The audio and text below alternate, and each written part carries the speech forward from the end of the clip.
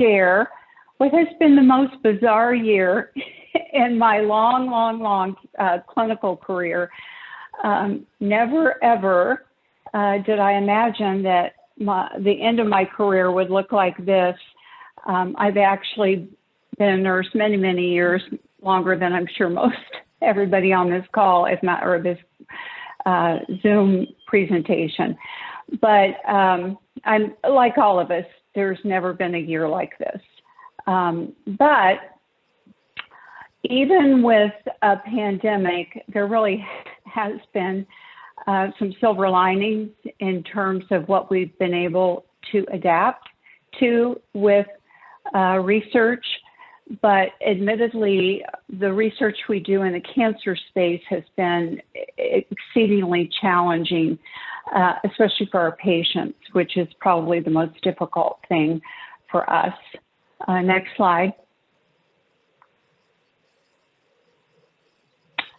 So in just meeting with you briefly today for about 20 minutes, I'd really like to hit on what have been the operational challenges for us, especially in dealing with a vulnerable population, which are obviously cancer patients. How can we safely take care of those folks and safely take care of our staff? And the silver lining has really been the emerging opportunities that weren't previously considered in some of the research space, and also the ability to demonstrate the flexibility and the value that we bring to the folks, to our clinical team and our clinicians and our patients during a pandemic. Next slide. So the research landscape changed dramatically, like it did for all of us with lockdown, and overnight research just felt like it came to a screeching halt. Certainly anything that was in startup was immediately stopped, and then we tried to really figure out what we could do in terms of the people that were actively in trials, how we could manage them in the midst of quarantines, site closures. Obviously, no one was traveling. Even getting supplies and test articles and those sorts of things to our sites became a challenge. The real push was getting the personal protective equipment. That was priority for all of our facilities. And so the things that we needed to do to continue with research obviously, was on the back burner. I don't believe it ever caused a delay where we didn't have an investigational product, but there were times where we were looking for the FedEx truck at the dock at the hospital. And then there's challenges when you can't see people on a specified time frame to do their visits and do their lab testing. And of all the research, I'm responsible for all the research that we do at Centura. We have about 400 open protocols, but about 80% of that is dedicated to oncology. So in looking at all the research we do, our cancer research really did take the biggest hit. Next slide. And here is why. Next slide. Routine screening dropped 85 to 90% during the pandemic peak, meaning people aren't being diagnosed. This group appreciates that probably better than anyone. A British study estimated that the diagnostic delays will result in deaths 5 years from now that will likely be 4 to 17% higher, depending on the tumor type. Of those folks that we know that we take care of, the more severe forms of COVID-19 are more likely to occur in cancer patients because of their weakened immune system And right now, we still don't have great confidence that cancer therapies may place people at more vulnerability to actually getting COVID-19. Cytokine storm can be mimicked, so to speak, by some of the chemotherapy agents and all the different types of therapies that we provide. And so that put us at risk for cytokine release syndrome, which is really similar to cytokine storm, which is, for what you've read and know about COVID, it's really the critical component down the line that ends up being fatal for many folks. And we really had to get on board with telemedicine. Much like we've been able to work remotely and work with Zoom, and I actually had to go into the office today to see the few people that were there at our corporate office. And I just thought, I wonder what it'll feel like when we're actually in a room together meeting. I, for one, look forward to that. But with telemedicine, it's obviously very cost effective and timely, and it opened a window for us to be able to see folks that otherwise we couldn't. So compared to even 5 years ago, it's been a huge, huge benefit during this time for us to be able to work and be able to take care of our patients. But it's really not a substitute for an in-person exam. And for folks that are particularly vulnerable to health disparities, it may not be a platform that's available to all of our patients. Next slide. I put this up here just because I was amazed when I was looking at the actual date that CMS actually came out with this publication as early as March in terms of their coverage changes and that they would cover telehealth. Really, when I look back and think about how many things happened so quickly in March and April, it does still kind of blow me away that we've been able to dive right in and meet the needs of what we needed at the time to be able to take care of folks. Next slide. So some other challenges, particularly around oncology research that we ran into, is there's going to be gaps in the data because subjects miss visits. And, you know, your research is only as credible as your data. And so we've done many, many things to make sure, even if we weren't seeing patients, that we were in contact with them and were able to at least get subjective reports in terms of how they were doing. It also resulted in protocol deviations because we would miss visits or couldn't provide a therapy just because the patient had to remain away from our facility. I was kind of amazed to see that FDA, despite all they're doing with standing up the therapies that we've had to deliver to folks, that they've actually, there's 8 new molecular entities that have been approved this year for 23 new oncology indications, and they're actively engaged in real work evidence to ensure flexibility and innovation. One of the more interesting things that I've seen across the country, but was privileged enough to be involved within our own organization, as all of our clinicians were looking at new indications for existing therapies by understanding the pathophysiology of the COVID-19, they would really try to develop what might seem plausible in a drug that was used for another indication.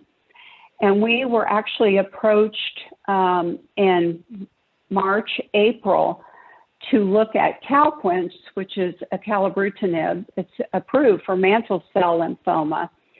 And we had our intensivist actually prescribe this. They work closely with our oncologists as well, actually our group at Rocky Mountain Cancer Center in Colorado Springs. And we ended up combined with other folks across the country, and Amgen is the pharmaceutical manufacturer of that drug. We ended up publishing a case series of 19 patients that received this cancer treatment that were COVID positive, and they actually responded quite positively with the theory, the plausible theory, what was inhibition of the Bruton tyrosine kinase cascade in patients with severe COVID-19. Next slide. So in March and again in September, it was amended. FDA did issue guidance on what we could do to conduct research in the midst of a pandemic. Next slide. So obviously, safety of our patients, trial participants, is paramount. Keeping folks informed, which we still had very regular check-ins with them, if not by phone, with one of our platforms called Amwell. Also keeping the IRB informed when we knew we couldn't meet protocol-specified visits. What were we doing to ensure the welfare and rights of those participants? Was there an alternate way or location where we could deliver the treatment? We looked at some very creative ways to be able to connect with these people. And where needed, did we need to actually amend a protocol so we could eliminate immediate hazards? Next slide. You know, when I talked about alternative locations, obviously hospitals really quit doing anything in terms of elective procedures for most of the spring. So there were areas in the hospital that were available to us where we could really be remote from patients that were being treated with COVID. But then you always had to be respectful of the fact that you had staff that covered all areas. So being very diligent in terms of the staff that would come in contact with our study participants was really critical for us operationally. And one of the things that gave me a bit of pause and still does is we ended up sometimes having to work with folks that weren't as versed in research and bring them up to speed on a protocol where a patient, for instance, might be in a skilled nursing facility, and how we could engage with that staff to help us check in and monitor that patient. So it was a great deal of education for caregivers that became an extension for us. And we're very, very grateful that they did that. And we could not have done much of what we have done without their assistance. And with all that, then obviously we had to revise some of our policies and procedures. Next slide. So I'm going to go quickly through these next few because I don't want to take up tips.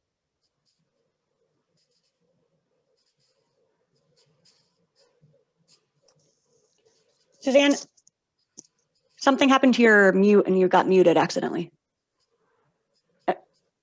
Now you're muted again.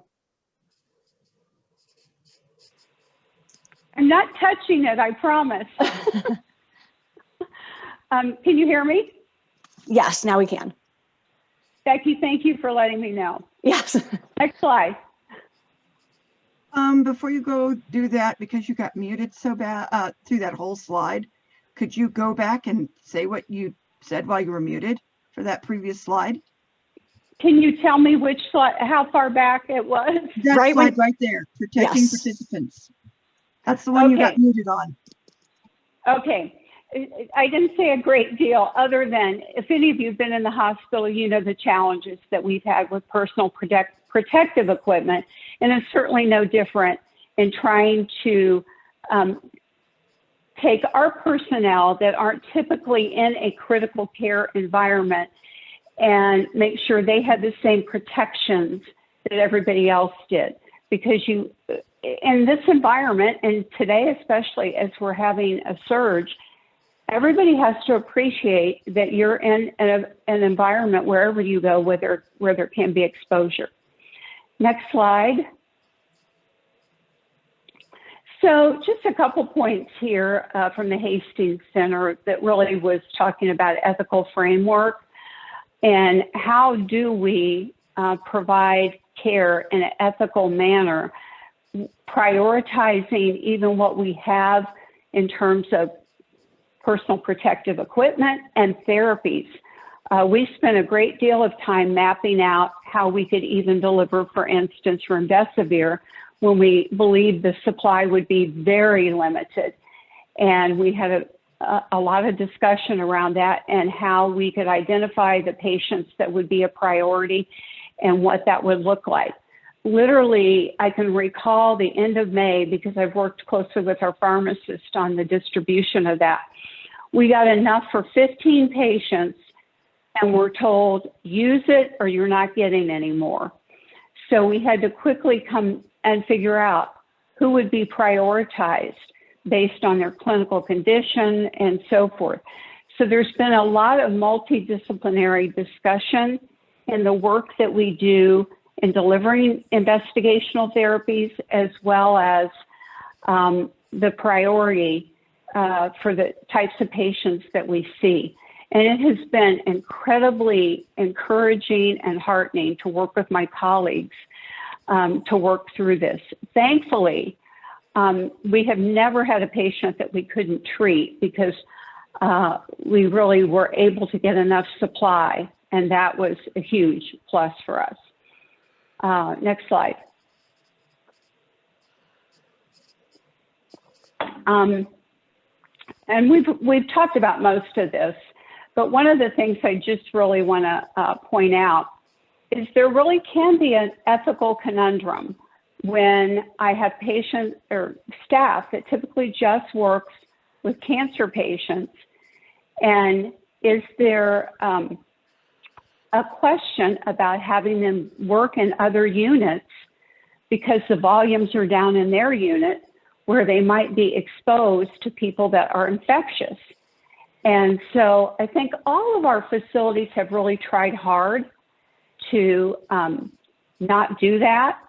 But out of necessity, there have been times when to relieve the burden on the staff that we have had to cross-train and move people into other areas where they may not have always been assigned or as comfortable working. We've done that to as minimally as we could, but it is a reality in a pandemic that sometimes you need all hands on deck. Next slide. So some of the suggestions that have been covered operationally have been, if you have a positive COVID patient that is, a cancer patient, a patient with cancer, that we schedule when we see them, that we see them at the end of the day for their radiation or treatment modalities that they're receiving. And again, as I mentioned in the previous slide, that they be cared for by a designated cohort of nurses to prevent cross-contamination. Next slide. I'm going to skip through a couple of these because you'll have my slides. Next slide, because I don't want to take Tiffany's time. I really want to talk, this is all the protective equipment that we've supplied to all of our folks to be able to see the patients, even if they were not a positive COVID patient. We treated everybody presumptively as if they were. Next slide.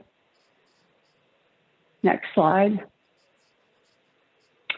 So absent cancer research, we then became the Gumby Adventures. So next slide. Where cancer really got put on hold in terms of especially bringing on new trials, we did stand up a research work group that was multidisciplinary to figure out what we were going to do to address immediate needs.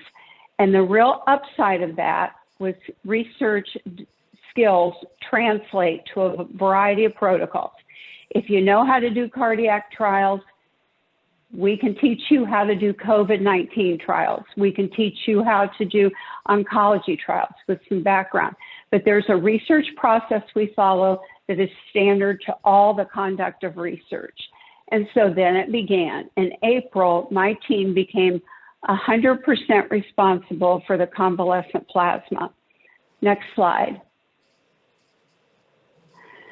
So among our 16 hospitals in Colorado and 1 in Kansas, we began 24/7 coverage to be able to provide the COVID convalescent plasma, again, 24/7, and began to educate the clinical staff how they could help us do that.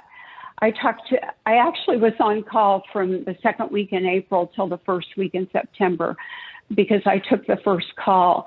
And I made a lot of new friends throughout our organization, talking to people day and night, nurses calling me at 2 in the morning, the plasma's here, should I give it? And I'd say, yes, please. Because the challenge was you couldn't just give plasma. We were part of the Mayo study, and that meant we had to consent people or their family member before we treated them with the convalescent plasma. Next slide. Next slide. Again, this is part of the Mayo. I'm sure all of you have been made aware of the study that was stood up by Mayo very quickly in April. And next slide, I'll show you the overwhelming numbers. In total, by the end of September, there were over 2,700 hospitals participating, nearly 13,000 physicians, 105,000, almost 106,000 patients, and over 85,000 patients have been infused with convalescent plasma. And you say, well, how come there wasn't 105,000 patients? Because there was a shortage of plasma in some areas. We were very blessed in Colorado for that not to be the case, but it wasn't true everywhere. Next slide. So the first participant for our organization was actually enrolled April 10th, and our last one was August 28th. We treated 201 under the expanded access, but since then it is emergency use authorization, and we're treating about 50 people a week still with convalescent plasma. We built up our own inventory from the most awesome, wonderful, self-sacrificing employees and patients that we took care of that became plasma donors. So we never had a patient that we couldn't treat the same day we got the request. There's just unsung heroes everywhere. I actually had a physician that tested positive, and he had very precious blood. He had AB negative. And so he gave as long as they had antibodies present. He would give every 10 days. There are just stories like that that are so encouraging in the midst of all this. Next slide. So that study closed the end of August with Mayo, and that's when emergency use authorization was made available. So people didn't have to be in a study. Next slide. We also participate in the COVID registry. So I put my cancer registrars to work collecting all the data on every patient that we've seen. It's a very rich data source, and will provide a great resource for future studies. We collect almost 250 variables on every patient that we've seen. Next slide. Just a couple of slides on things we're currently involved in. We're actually beginning a Gilead study looking at remdesivir outpatient. And again, that's when we moved our oncology research team to be doing COVID studies. And the next slide. We're actually now part of Operation Warp Speed as well, and we're initiating a trial That's again looking at remdesivir with hyperimmune IVIG is actually the test article. All the patients get remdesivir as the background therapy. So again, translating our research skills from oncology into what was more pressing at the moment. Next slide. Okay, so I know questions are at the end, and I certainly owe Tiffany 6 minutes. Tiffany, my apologies. No worries. Afternoon, everyone. I'm Tiffany Colvin with the University of Colorado Cancer Center. Next slide. I work on the Anschutz Medical Campus in partnership with UC Health. Today, I want to talk about the last 9 months and what clinical research has looked like during the pandemic. My goal by the time we are done talking is to instill some optimism in the work that is being done, not only at our cancer center, but across the nation when it comes to cancer clinical trials. Next slide. We are looking at a snapshot of March. And if the slide looks busy, it's because it was busy and chaotic. And this is just a snapshot, not even the full picture of March. Our operations, just like everyone's operations, dramatically changed in March. There was an overwhelming amount of information and change occurring. And our infrastructure was not set up to operate in a pandemic or operate remotely. And yet we needed to continue functioning in order to provide care. So we were in a state of, we need to figure this out. And with every piece of new information, we pivoted to, now we need to do this. Like many, we were in crisis management mode, problem solving, while making sure safety and compliance was being followed. We updated our continuity of operation plans 8 times in order to adjust to the changing landscape between hospital operations, IRB guidances, sponsor notifications, and campus policies. Even the FDA in March, when they released their newly created COVID clinical trial guidances, had to update it to keep up with the rapid change of information, which is really unprecedented. Next slide. We've all been impacted by COVID-19 in different ways, and the impact on patients and staff is multifactorial. Our cancer patients provide an incredible perspective. Live each day to the fullest, follow your heart, fight the good fight. In March and April and the months that have followed, we keep this perspective in the forefront of what we do. And we continue to listen to the patient and pivot to what makes sense for both patient care and our internal operations. Next slide. There has been a rapid response to COVID-19 trials. What some would have said was impossible before the pandemic became possible in the clinical research field. I'll share some of the successes University of Colorado and UC Health have achieved by working together. Next slide. When we were in crisis management mode, we reduced our on-site staff by 90%. In the cancer clinical trials office, on any given day, we would normally have 140 individuals on campus. After March 13th, we had a skeleton crew of 10 to 14 individuals.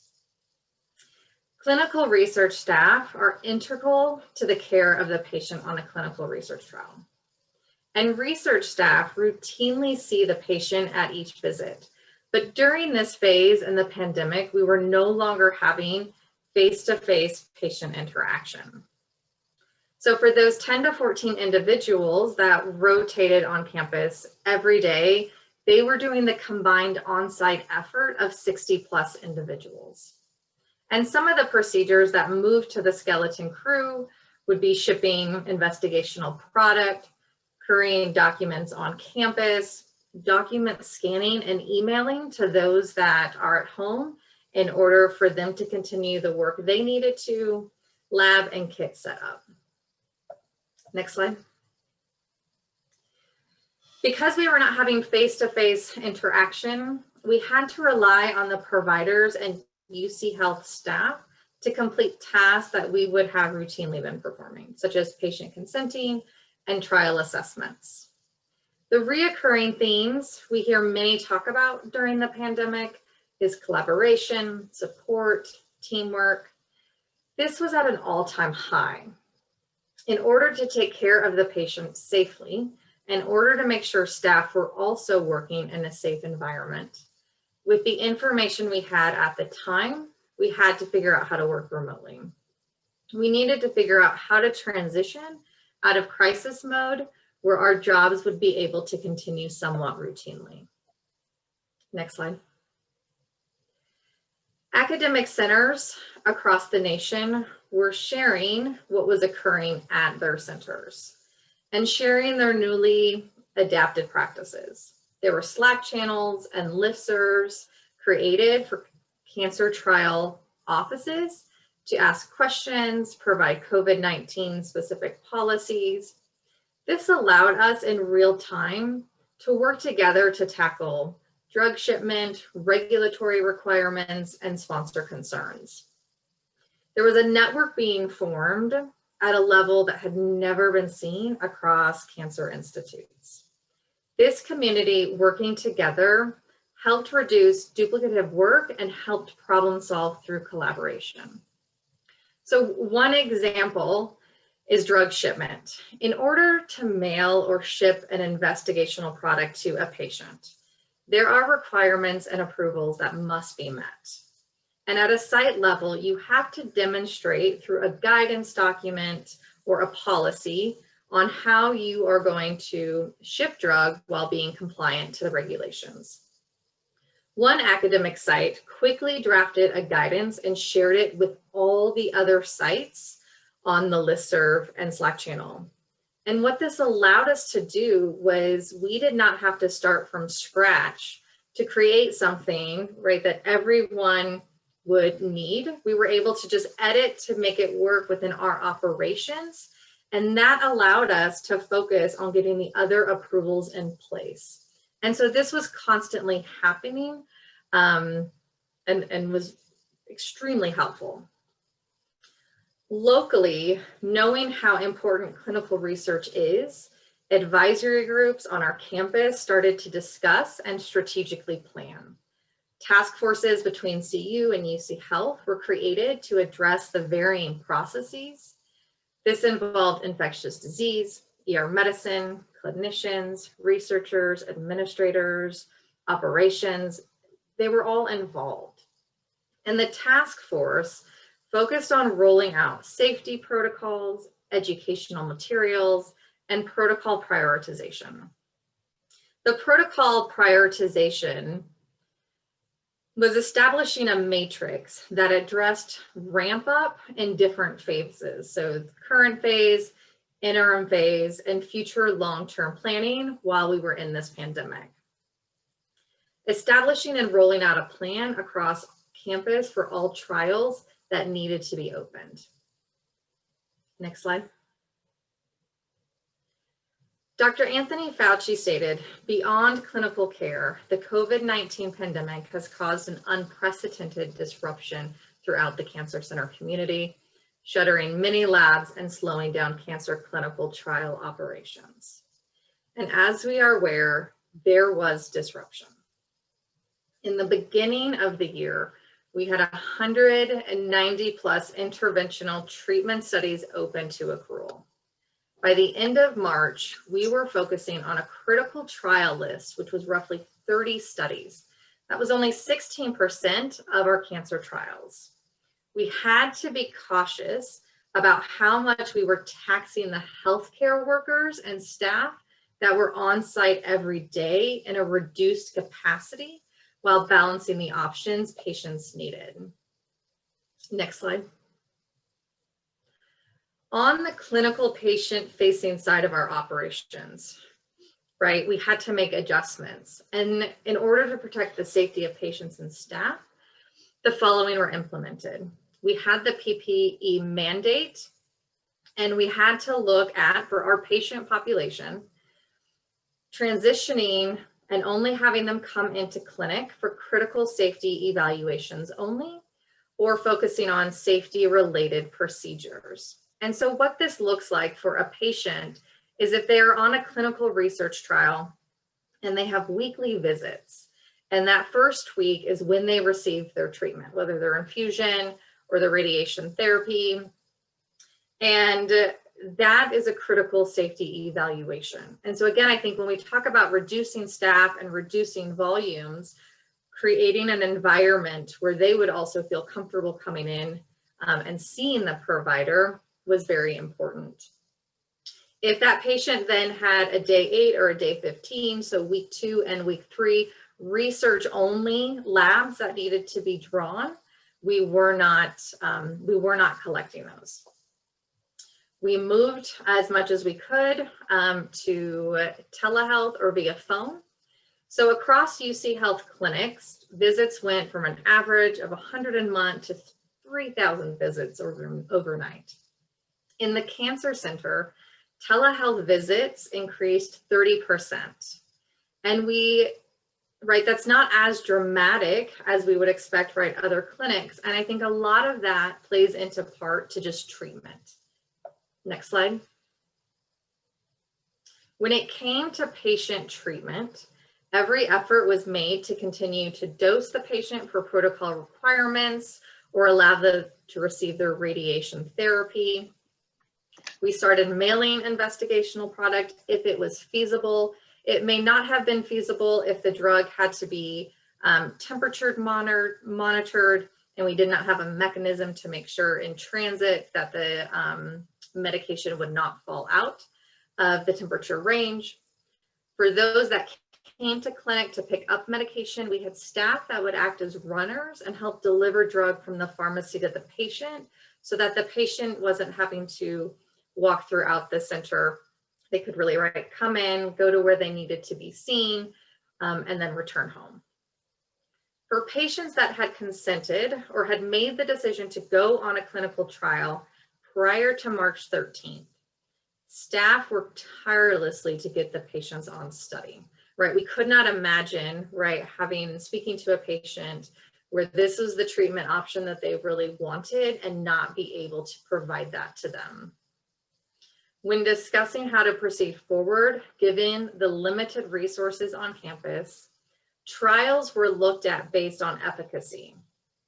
If substantial efficacy had not yet been shown, then the increased risk to the patient from viral exposure may outweigh the benefit of the trial drug.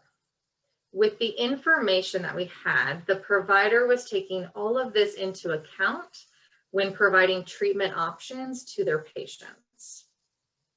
There is a lot more data now to help us make operational decisions. And as of today, we have 95% of our 190 trials open to enrollment and accruing currently. This will continue to be evaluated as cases rise in order to make sure safety procedures can be adhered to. Next slide.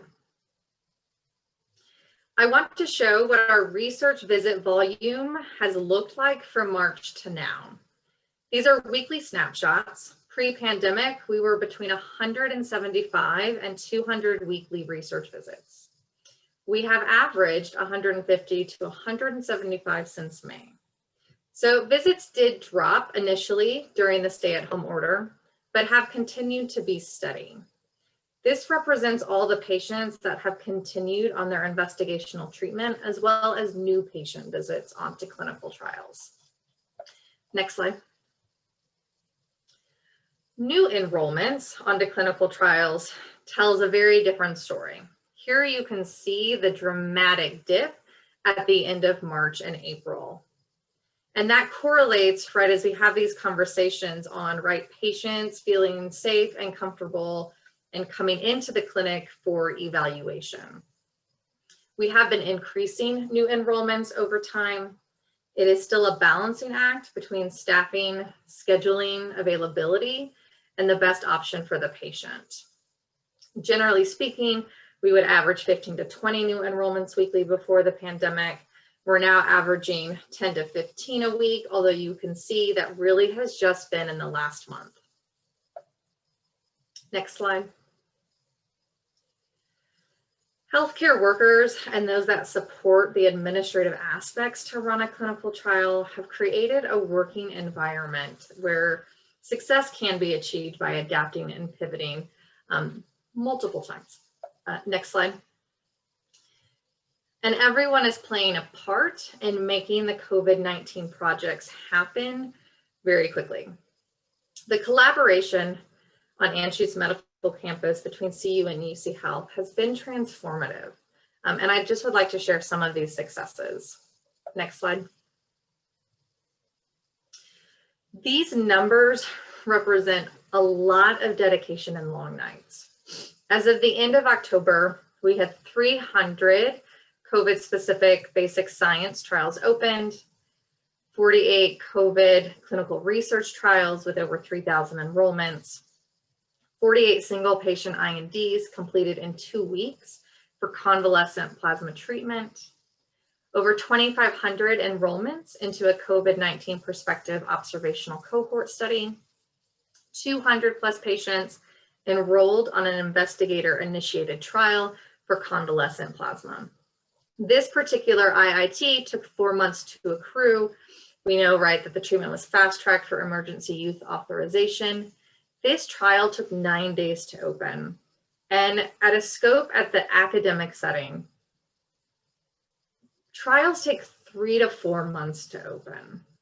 And the ability to get this trial open in 9 days was a round-the-clock effort. And I think at the same time, while this trial was getting open, there was a team truly dedicated to submitting single patient INDs so that those patients would be able to receive the treatment as well too. The FDA and the pharma industry also played a huge role in this. They were very responsive and helpful in reviewing the submissions and providing the approvals also very quickly. So it's been remarkable what has been achieved. Next slide. There have been 2 vaccine trials with Moderna and AstraZeneca. Both of these are supported by Operation Warp Speed. The Moderna vaccine had a focus on enrolling minorities. It opened in August and has met its accrual goal. AstraZeneca vaccine trial with a focus on individuals who are at high risk of exposure is enrolling at UC Health Northern Colorado. In addition to the vaccine trials that are occurring, there are several trials working with Regeneron's virus neutralizing antibody treatment. Next trial. There was a consortium between sites that was initiated very quickly on, the COVID-19 and Cancer Consortium. It's a survey tool that is designed so healthcare professionals can share information and approaches to patients whom they are treating for cancer and also have or presume to have COVID-19. And this membership has quickly grown to over 70 principal investigators and nurses representing 30 institutions and organizations in the United States. And if you'd like more information about this consortium, I have added the web link onto this slide. This is another wonderful example of sharing information in real time across the nation in order to learn and advance best practices. Next slide. So what is next? Clinical trials are coming into the 21st century with technology platforms that allow us to streamline the work and be able to focus on our priorities. Support, patience, and teamwork continues to be important during this time. While there is still some uncertainty, we will continue to follow all safety protocol procedures and operate in a way that provides quality patient care and research treatment options.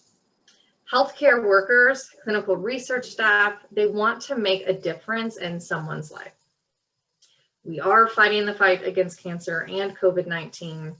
We are innovating and looking ahead to what is next. Next slide. At the end I just want to say thank you to everyone who is in healthcare, adapting, innovating, and making a difference. Thank you, everyone, for this opportunity.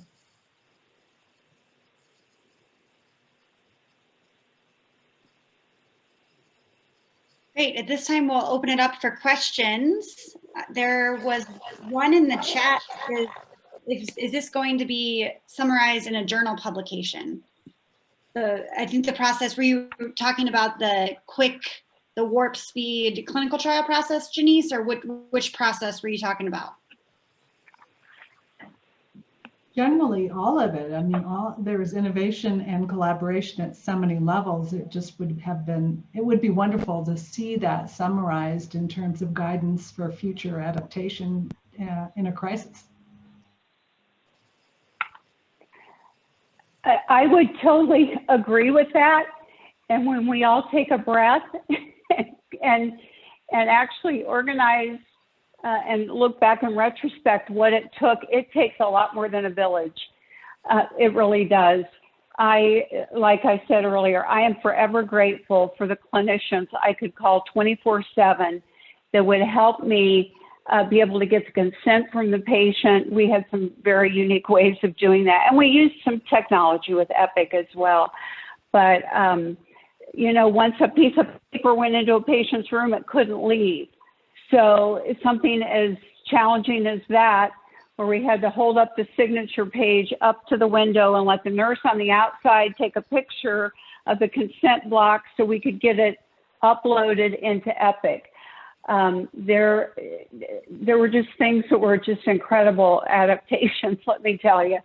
And again, many people made it possible to continue to do the research we did. And at that time, it has been really around the COVID treatments, especially with remdesivir and the convalescent plasma.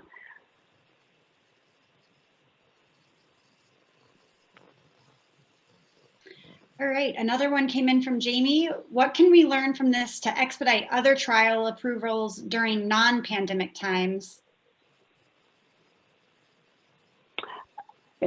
You know what, if the one piece that's probably more challenging for most organizations is you've got to go through a regulatory review and a legal review. And regulatory has improved a lot with the use of independent IRBs, where we could all use the same IRB and it would go through much more quickly. Legal has a way to go in our organization, but they've even been quite flexible. We've taught them a little bit how to be Gumby as well, in terms of, hey, let's not boil the ocean over this language in the contract. How can we arrive at acceptable language that protects all of us? And Tiffany, I'll let you address that too, because being in an organization that's far bigger than ours, I'm guessing you feel my pain sometimes with how long it takes for startup. The one thing I would say about that, Mayo brought us the study, signed, sealed, delivered, no contract, we were in. That's unheard of, that you could start a study of that magnitude literally in a week. But I'm thankful that they did bring it in that way. So Tiffany, I'm sure you can share similar experience. I think what's really valuable to note is this mindset that something right can't be done, we're able to do. And so I think when it comes to learning from... Is she garbled for anybody else? You're Yes. Yeah. Okay, there we go. This happens. Oh, never mind. It's still garbled. Do you want to pop it into the chat maybe? I can do that. Is this better? No. Okay. Sorry. Tiffany, when that happens to me, I have to log off and come back on. It's happened like 4 times this last week, so feel your pain.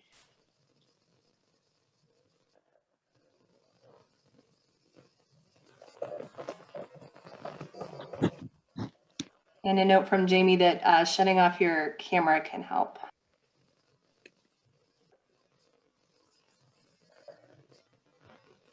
Does that sound okay? Nope.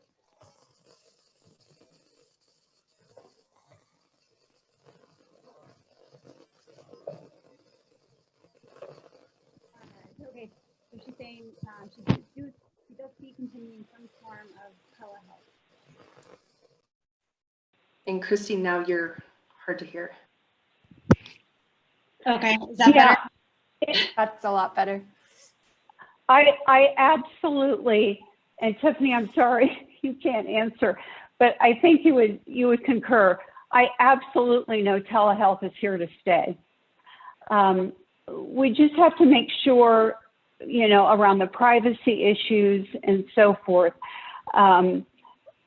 You know, there were issues initially. Is Zoom safe to do, you know, a patient visit? I actually come from a world where I did home care via telemedicine in the 80s with women with high-risk pregnancies, and we took care of like 4,000 women every day at home.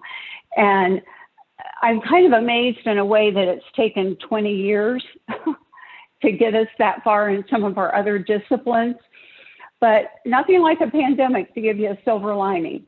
Like I mentioned earlier, the things that we have learned that we could do on a remote basis.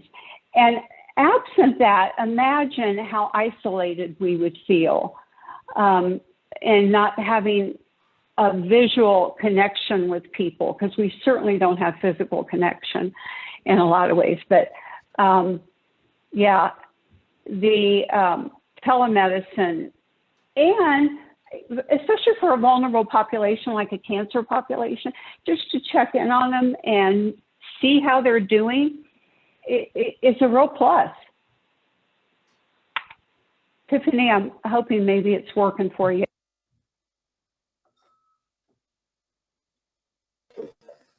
I'll try again. Gotta love technology. Yeah, after I was just bragging on it. Telehealth is here to stay. Very good.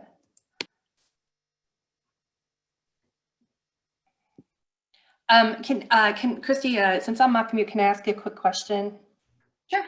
I believe that this morning, and I know this isn't, you know, I think that we're not here at a full vaccine, but even with the trial and the COVID work, I guess with your experience, and Tiffany, if you want to write this in the chat, I guess, are you ladies seeing any sort of apprehension about being involved in any of the trials that are related to COVID or the cancer care related to COVID, about people really not being quite clear and sure about where the science and evidence and themselves really not really being comfortable sort of being at this spot? I know, you know, with cancer patients, we see people who rely on trials to be, you know, sometimes a alternative result when something's not working, or, you know, patients who really are okay with the science and it moving into a trial is something that they're really interested in because they really want to help move the science forward. But I think with your enrollment and seeing maybe cancer patients who are during the time of COVID, as well as people who are enrolling in COVID-based trials, are you seeing that level of apprehension, or what's the general tenor like with patient enrollment? For, I can speak for our organization, it's actually been very good. People, starting with plasma donors of recovered patients, it's been overwhelming for those folks, the people for us that wanted to volunteer, both patients and employees that were COVID positive and have recovered. I think there's going to be some challenges around the vaccine. And we even had discussion yesterday, you know how when we're in healthcare, we all have to get the flu vaccine. But what will happen within our organizations in terms of a COVID vaccine? And our organization at this point, when it becomes available, we obviously prioritize healthcare workers, but when it becomes available, it's not going to be mandated like we are with the flu vaccine. And I think a lot of that's the confusion that comes in the media around the credibility of the science and so forth. So I think there's going to be, I think someone mentioned earlier, there'll be real education challenges in really understanding about who should get the vaccine, the efficacy of it, the safety of it. I think that's really yet to be determined. I agree with that, and I hope you guys can hear me okay. Yes. That's great. Just to be able to, I think, briefly address some of the questions. I do think we have learned a lot when it comes to startup, and I do think we will continue to apply new components to our startup in order to move trials forward.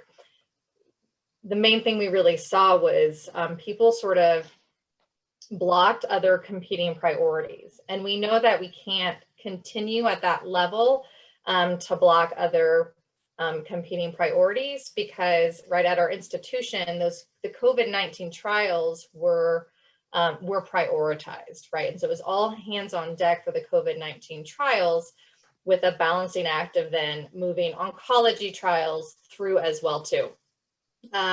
We saw some of our oncology trials slow down, but not really. I think there was such a sense of urgency and such a sense of teamwork and collaboration that everyone was just working really hard to keep what we could keep normal, and then shift to where we needed to really be moving to tackle COVID-19.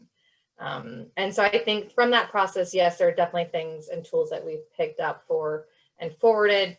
From a budget and compensation, I would say no, just because there were so many additional hours that were put in the months of March and April, and still are, right? We still could have a whole session, right, on where healthcare is in the sense of burnout and mental health and the stress and the strain that is taking place nationwide in these settings.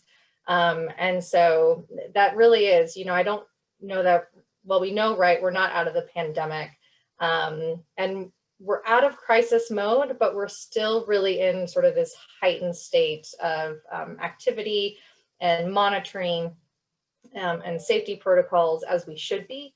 And so trials are still moving forward with the same operational budgets as they were, but there was no extra compensation to move things right at a fast-tracked rate.